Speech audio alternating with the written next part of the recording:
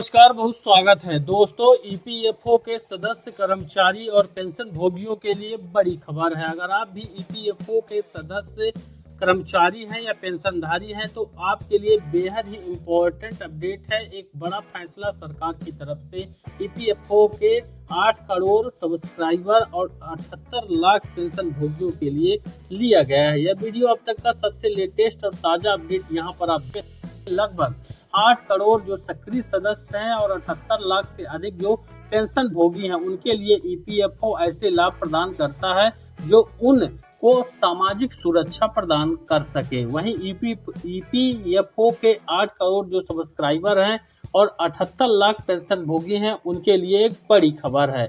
उनके लिए सीवीटी की मंजूरी पर अमल करने संबंधी आदेश जारी किए गए हैं। यह आपको कंप्लीट जानकारी देख लेनी चाहिए अगर आप एक ईपीएफओ सदस्य, कर्मचारी या पेंशन भोगी हैं। ईपीएफओ ने आज नई दिल्ली में केंद्रीय श्रम एवं रोजगार, युवा मामले एवं खेल मंत्री डॉक्टर मनसुख मंडाविया और केंद्रीय श्रम और रोजगार, सूक्ष्म लघु एवं मध्यम उद्यम राज्य मंत्री सुश्री शोभा करंदलाजे की मौजूदगी में 15 अतिरिक्त सार्वजनिक निजी क्षेत्र के बैंकों के साथ समझौते किए हैं।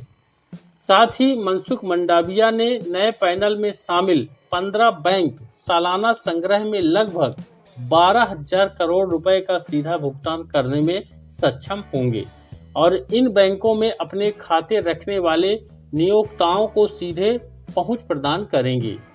अधिनियम के तहत आने वाले नियोक्ताओं को अपना मासिक अंशदान देने में सक्षम बनाने के लिए ईपीएफओ ने पहले ही 17 बैंकों को पैनल में शामिल कर लिया है, जिससे कुल बैंकों की संख्या वर्तमान में 32 हो गई है। वहीं केंद्रीय एवं रोजगार तथा युवा और खेल मंत्री डॉक्टर मनसुख मंडाविया ने अपने संबोधन में कहा कि नया भारत की दिशा में देश की प्रगति को ईपीएफओ जैसी संस्थाओं द्वारा महत्वपूर्ण समर्थन मिल रहा है, जो देश के भविष्य को आकार देने में महत्वपूर्ण भूमिका निभाती है।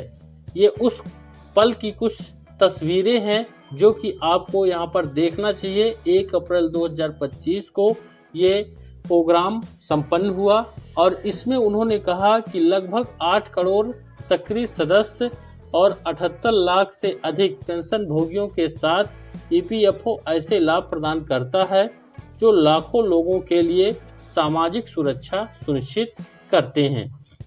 साथ ही उन्होंने इस बात पर जोर दिया कि ईपीएफओ किस तरह एक मजबूत आईटी प्रणाली के रूप में लगातार विकसित और अनुकूलनशील हो रहा है, जिसने हाल ही में ईपीएफओ 2.01 के कार्यान्वयन के साथ दावा निपटान में उल्लेखनीय सुधार भी किया है। वहीं उन्होंने कहा कि वित्तीय वर्ष 2024-25 में ईपीएफओ ने रिकॉर्ड 6 करोड़ से अधिक दावों का निपटारा किया, जो पिछले वर्ष 2023-24 में निपटाए गए 4.45 करोड़ दावों की तुलना में 35% अधिक हैं।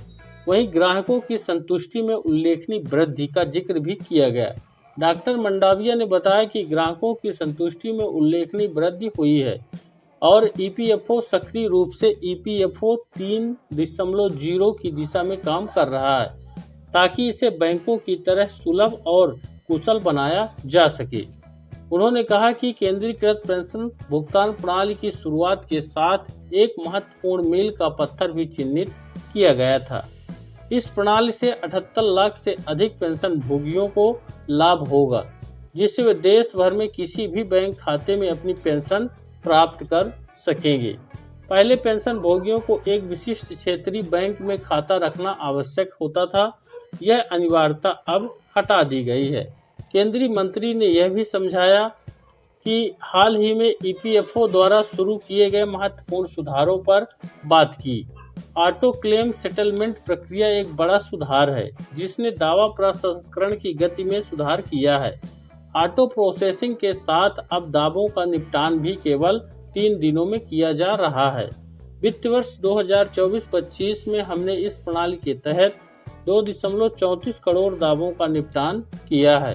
2023-24 में 89.52 लाख दावों से 160% अधिक केंद्रीय जो यहाँ पर समस्या का सुधार और इनके दावों का निपटारा किया है। केंद्रीय मंत्री ने यह भी कहा कि लाभार्थियों को 8.25% ब्याज दर प्रोवाइड कराई जाएगी।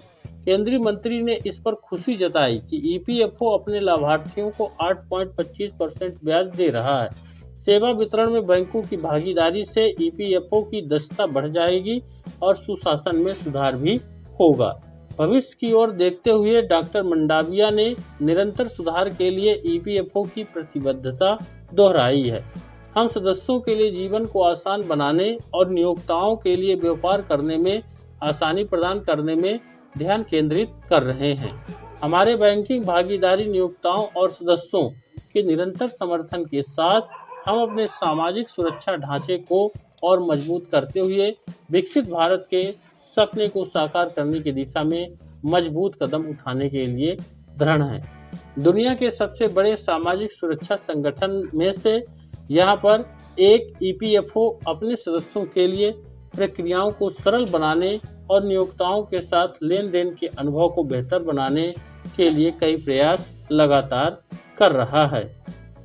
वहीं आपको बता दें कि वित्त वर्ष 2024-25 में ईपीएफओ ने 20 मार्च 2025 तक 1.25 करोड़ इलेक्ट्रॉनिक चालान सह रिटर्न यानी ईसीआर के माध्यम से नियोक्ताओं द्वारा भेजे गए अंशदान में 3.41 लाख करोड़ से अधिक एकत्र किए हैं। केंद्रीय न्यासी बोर्ड यानी सीबीटी का यहाँ पर जो तोहफा है वह दिया गया है।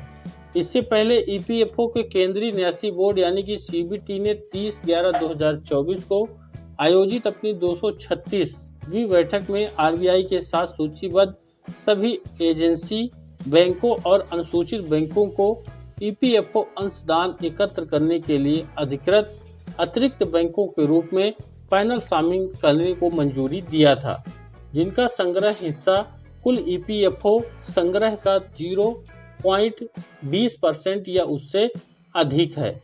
वहीं 1 अप्रैल 2025 से पैनल में शामिल बैंकों की कुल संख्या 32 हो गई है, जिससे नियोक्ताओं को ईपीएफओ को धन भेजने के लिए विकल्पों की एक विस्तृत श्रृंखला उपलब्ध हो गई है। अब ईपीएफओ संग्रह बकाया भुगतान का निर्बाध एकीकरण भी होगा। नए बैंकों के पैनल में शामिल होने से नियोक्ताओं के द्वारा ईपीएफओ संग्रह बकाया भुगतान का निर्बाध एकीकरण होगा, जिससे नियोक्ताओं के लिए एग्रीगेटर भुगतान तंत्र की आवश्यकता कम हो जाएगी। ईपीएफओ और नियोक्ता दोनों को लेन देन में होने वाली देरी को कम करने और परिचालन दक्षता को मजबूत करने में मदद भी मिलेगी।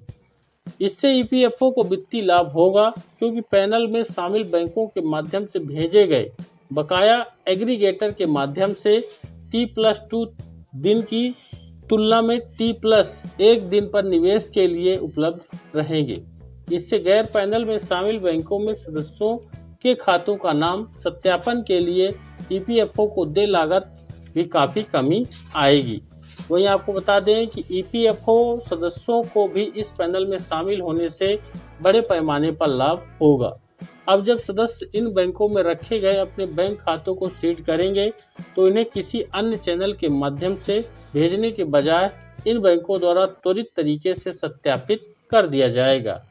वहीं आपको बता दें कि सीधे बैंकों से संपर्क करने में मदद मिलेगी। वहीं इस पहल से नियोक्ताओं के लिए कारोबार करने में आसानी और सेवा प्रदान करने में आसानी दोनों में वृद्धि होगी और यह सदस्यों के लिए भी इन लाभों का अनुवाद करेगा, जिससे उनके अंशदान के भुगतान में देरी कम होगी। इसके अलावा यह नियोक्ताओं का बकाया भुगतान से संबंधित शिकायतों के लिए भी सीधे इन बैंकों से संपर्क करने में मदद कर देगा। यानी जो समय पहले हफ्तों लग जाता था, महीनों लग जाता था, अब वह 1 या 2 दिन में ही पूरा हो जाएगा। मुझे उम्मीद है जानकारी बेहद इम्पोर्टेंट है। वीडियो को ज़्यादा से ज़्यादा लाइक और शेयर करिए। चैनल पर नए हैं तो सब्सक्राइब जरूर करिए। धन्यवाद।